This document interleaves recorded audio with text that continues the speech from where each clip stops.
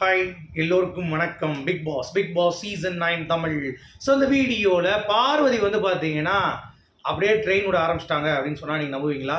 Train விட ஆரம்பிச்சிட்டாங்களா என்னன்றீங்களா? ஆமாங்க, status வந்து போட ஆரம்பிச்சிட்டாங்க. ஸோ அது என்ன ஸ்டேட்டஸ் அப்படிங்கிறத இந்த வீடியோவில் நம்ம ஃபுல்லாக டிஸ்கஸ் பண்ண போகிறோம். ஸோ வழக்கம் போல் வீடியோக்குள்ளே போகிறதுக்கு முன்னாடி சேனலுக்கு புதுசாக இருந்தால் கண்டிப்பாக சப்ஸ்கிரைப் பண்ணிக்கோங்க. வீடியோ ஒரு லைக்கை போட்டுக்கோங்க பிடிச்சிருந்தா. ஓகே, இப்போ நம்ம வீடியோக்குள்ளே போகலாம். ஸோ விஜய் பாரு அவர்கள் வெளியே வந்த பிறகு ஒரு 24 ஹவர்ஸ் ஆகிடுச்சு இப்போ. சரி, அவங்க வந்து சொல்கிறேன். ஸோ அதுக்கடுத்து இப்போ வந்து கொஞ்சம் நார்மலைஸ் ஆகிட்டு அவங்க வந்து பார்த்திங்கன்னா இப்போது பேச ஸ்டார்ட் பண்ணிட்டாங்க அப்படிங்கிறது பார்க்க முடியுது. ஸோ அதில் அவங்களுடைய கருத்துக்கள் சொல்லணும்ல, அந்த ஒரு வகையில் அவங்க பேசின சில விஷயங்கள் என்ன என்ன சொல்ல வராங்க அப்படின்னு சொல்லி பார்த்தீங்கன்னா, சபரி அவனை தட்டி விட்டாங்கல்ல, பயங்கரமாக போட்டு அடிச்சு கண்ணெல்லாம் வீங்கிச்சேன், அதை வந்து ஷேர் பண்ணி போட்டிருந்தாங்க. இந்த மாதிரி இதெல்லாம் யார் கேட்க போகிறீங்க அப்படின்னு சொல்லிட்டு அது கொஞ்சம் ரொம்ப எமோஷ்னலாக இருந்தது அப்படிங்கிறது பார்க்க முடிஞ்சிச்சு. ஏன்னா அது உண்மை தான், அதில் எந்த ஒரு மாற்று கருத்தும் இல்லை.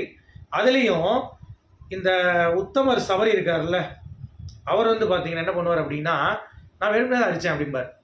உடனே அந்த சாண்ட்ரா சேச்சி என்ன பண்ணும், அப்படியா ஹி ஹி ஹின்னு இழிக்கும். பக்கத்தில் எல்லாருமே உட்காந்து பார்த்தீங்கன்னா நின்றுட்டுருப்பாங்க. அப்போ வந்து பார்த்துட்டு அந்த ஃபுட்டேஜ் இருக்குல்ல, அதை போட்டு இதெல்லாம் எங்கடா போனீங்க, அவங்க மூஞ்சி எவ்வளோ கோரமாக இருந்துச்சு தெரியுமா அப்போ பார்வதி மூஞ்சி, அதை வச்சே வந்து கிண்டல் அடித்தாங்க இந்த கேடு கட்டவங்க. எவன்லாம் பேசினானோ அவனுக்கு கர்மா கூடிய வரையில் அடிக்கும், அது எந்த ஒரு மாற்று கருத்தும் இல்லை. ஓகே, அதை தான் வந்து பேசியிருக்காங்க. அது மட்டும் இல்லாமல் டிஆர்பிக்காக ஒரு 2 கண்டஸ்டோட வாழ்க்கையை அழிச்சிட்டிங்க, கண்டிப்பாக கர்மா வந்து உங்களை விடாது, சரியா? ஹவுஸில் இருக்கிறவங்களும் சரி, எவன்லாம் மார்க் பண்ணானோ அவனுக்கும் வந்து முடிஞ்சு சோழி. ரீல்ஸ் அண்ட் ரிவ்யூஸ் போட்டு எவன்லாம் வந்து மார்க் பண்ணானோ, அவனை வச்சு எவன்லாம் வந்து பிச்சை எடுத்து தின்னானோ, நெகட்டிவ் பிச்சை எடுத்து தின்னானோ, எல்லாருமே வந்து முடிஞ்சிடா கர்மா, சரியா? எல்லாருமே வந்து ஒரு லெமனை வந்து பார்த்தீங்கன்னா அப்படியே புளிஞ்சு எடுத்து அது ட்ரையாக வரைக்கும் வச்சு கண்டென்ட்டை கொடுத்து ரெகனேஷனும் கொடுக்கல, ரெஸ்பெக்டும் கொடுக்கல, எல்லாம் யூஸ் பண்ணி ஜாலியாக இது பண்ணி த்ரோ பண்ணிவிட்டு பிக் பாஸ் அந்த மூதையை கூட வந்து பார்த்தீங்கன்னா ஒரு வார்த்தை கூட வெளியே போகிறப்ப பேசலை.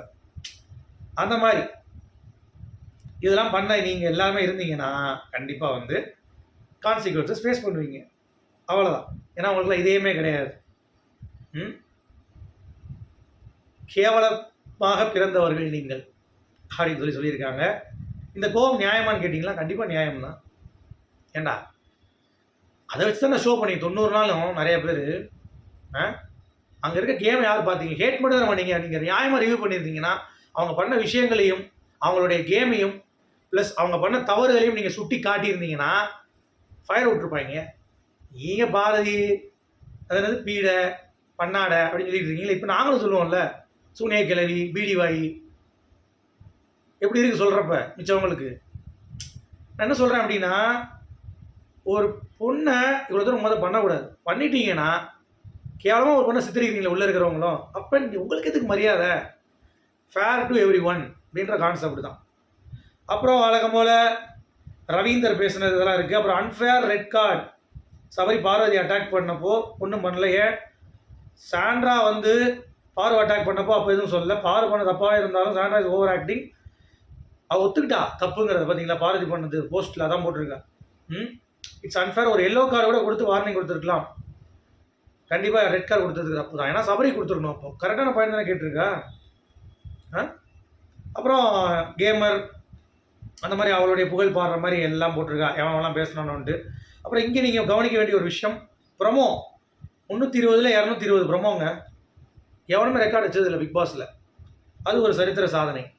ஓகே, அப்புறம் கேமர் அது எப்பயும் தெரிஞ்ச விஷயம் தான், நம்மளே சொல்லியிருக்கோம், அதில் எந்த ஒரு மாற்று கருத்தும் இல்லை அவங்கக்கிட்ட. அப்புறம் பாரதியுடைய நிலைமையை கண்டு சொசைட்டி பதில் கண்டிப்பாக சொல்லணும். ஏன்னா சபரி பண்ணதெல்லாம் என்னென்னு சொல்கிறீங்க, ஒரு கண்ணை அந்தளவுக்கு டேமேஜ் பண்ணி கரெக்டு தான். நாங்கள் அந்த கோவம் இருக்க தான் நாங்கள் செய்யும்.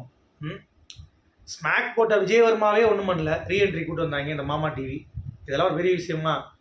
ஓகே, அந்த மாதிரி ஒவ்வொருத்தவங்களும் வந்து அவங்கள பற்றி பேசுனது எல்லாத்தையுமே வந்து பார்த்திங்கன்னா ஷேர் பண்ணியிருக்காங்க.